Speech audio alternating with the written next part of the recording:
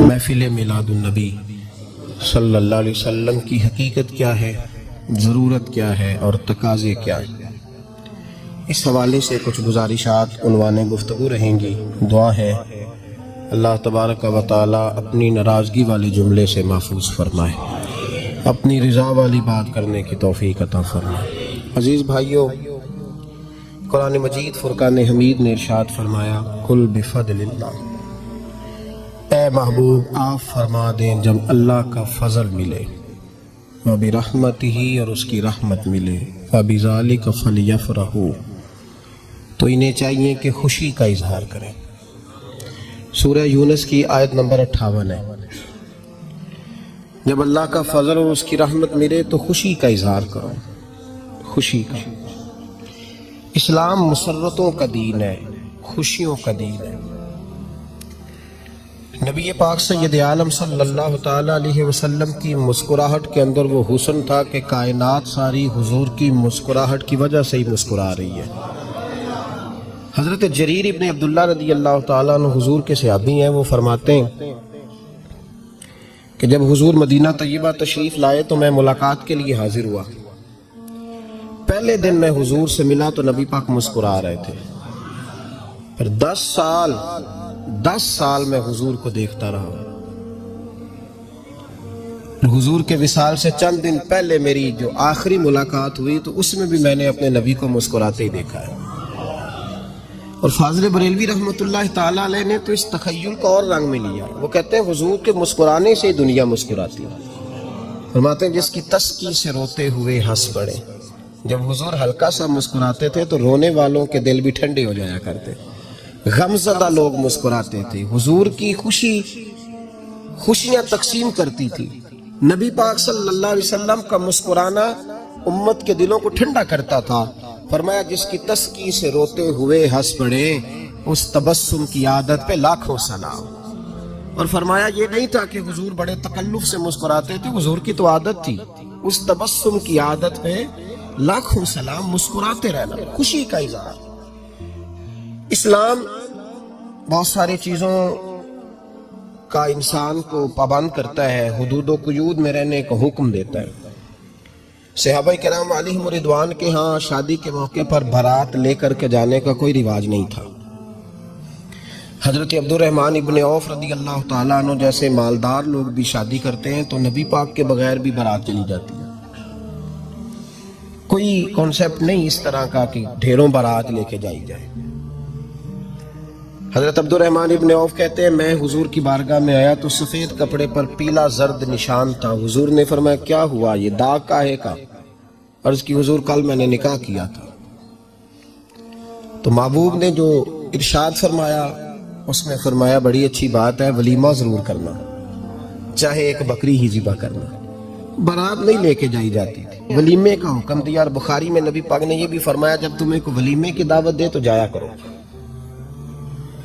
اچھا، اب شادی کے موقع پر جو بارات لے کے جائی جاتی ہے تو اگرچہ حضور کی سنت نہیں لیکن اسے ہم حرام نہیں کہتے، اسے ہم ناجائز نہیں کہتے، ہم نہیں کہتے کہ یہ تو نے غلط کیا۔ اگرچہ لے جانا حضور سے ثابت ہے، اس مروجہ انداز میں ثابت نہیں اس طرح ہمارے ہاں جاتے ہیں، لیکن ہم پھر بھی اسے ناجائز ہے۔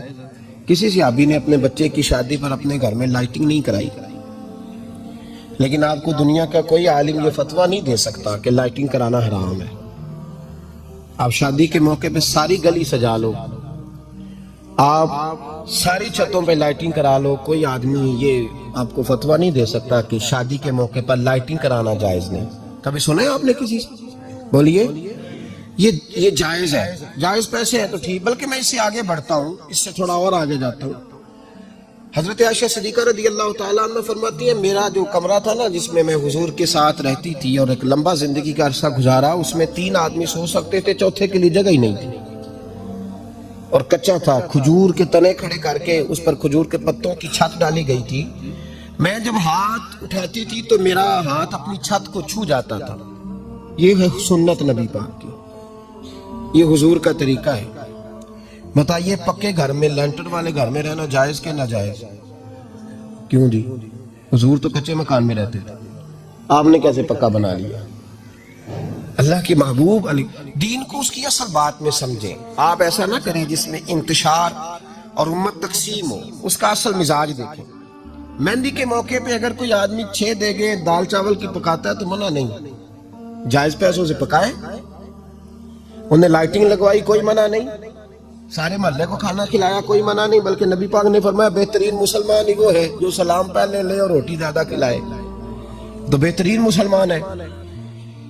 ناجائز کیا ہے؟ ناجائز ہے شادی کے موقع پر بینڈ باجا بجانا, اس میں رقص کرنا, اس میں بھنگڑے ڈالنا, عورتوں مردوں کا اختلاط ہونا, عورتوں کی مووی بنانا, یہ چیزیں ناجائز ہیں. تو جو ناجائز ہے اس پہ پابندی لگائی جائے گی. جو جائز ہے اس کے بارے میں یہ کہا جائے گا کہ بھائی احتیاط کی جائے, سنت کی طرف دیکھا جائے تو بہتر یہی ہے. لیکن اگر کوئی کسی آدمی کے پاس جائز پیسے ہوں, وہ 100 کنال کے گھر میں رہے, اگرچہ سنت یہ نہیں, اور یہ تو کوئی فتویٰ نہیں نہ دے سکتا کہ حرام ہے تیرا 100 کنال کے گھر میں رہنا. کہ ہے فتویٰ کہیں آپ نے سنا؟ تو ہمارے ہاں تکلیف کا معاملہ یہ ہے. دیکھیں میرے بھائی, کسی بھی صحابی نے, بڑے درد کے ساتھ بات کر رہا ہوں اور یہ میرا درد ہے, میں درد سے اپنے دل کو, اپنے ایمان کو حاضر ناظر کہہ کے بات کر رہا ہوں. امت بٹ جاتی ہے ہر موقع پہ یار, ہر جگہ ہی تقسیم ہو رہی ہے امت مسلمہ. ہر روز کچھ نہ کچھ فتوے ایسے مل جاتے ہیں جس میں دراڑیں پڑتی ہیں. کسی صحابی نے کسی مسجد کے اندر اشتہار چھپوا کے, اعلان کرا کے درس قرآن کرایا کبھی؟ سیرت النبی کا جلسہ, ختم بخاری, مدرسے کا دستار فضیلت کا جلسہ, آپ نے اشتہار پڑھے ہیں نا یہ سارے مکاتب فکر کے, ہوتے ہیں کہ نہیں ہوتے؟ کسی صحابی نے اس طرح, وہ تو روز درس قرآن دیتے تھے, لیکن اس طرح اشتہار چھپوا کے, پوسٹر لگا کے, اور مصر سے کسی صحابی کو اسپیشل بلوا کے یا یمن سے بلوا کے مسجد کے اندر کبھی درس قرآن کے اجتماعات کرائے, سیرت النبی کے جلسے, ختم بخاری کے؟ او بھائی یہ ساری چیزیں حضور کے صحابہ کی سنت سے مروجہ انداز میں ثابت نہیں. مجھے بتا میرے بھائی, میں درد کے ساتھ تجھ سے سوال کرتا ہوں کہ سیرت النبی کے جلسے میں تو پشاور سے مولانا بلائے, پنڈی سے بلائے, تو گجرات اور کراچی سے لوگوں کو بلا کر کے اگر سیرت کا جلسہ کرائے, اور تو اس میں ایک آدمی کو کراچی سے بلوایا جا رہا ہے تو تو نے اس کو 20,000 کی ٹکٹ بھی دی, اور اشتہار پہ بھی جلسے پہ خرچ ہوا, پھر لنگر بھی پکا, کھانا بھی تو نے کھلایا, نہ تجھے کوئی بیوہ یاد آئی, نہ تجھے کوئی مسکین یاد آیا, نہ تجھے کوئی غریب یاد آیا.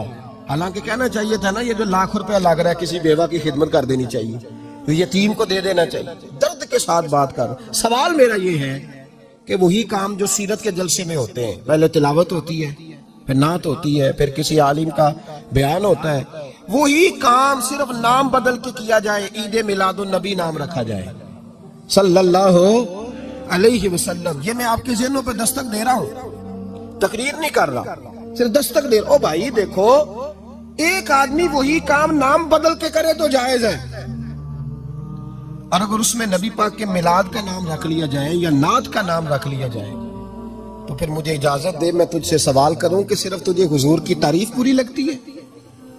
پھر مجھے اجازت دے کہ میں تجھ سے پوچھوں کہ صرف تجھے نعت اچھی نہیں لگتی؟ پھر مجھے اجازت دے کہ میں تجھ سے پوچھوں کہ تجھے صرف رسول اللہ کے قصیدے اچھے نہیں لگتے؟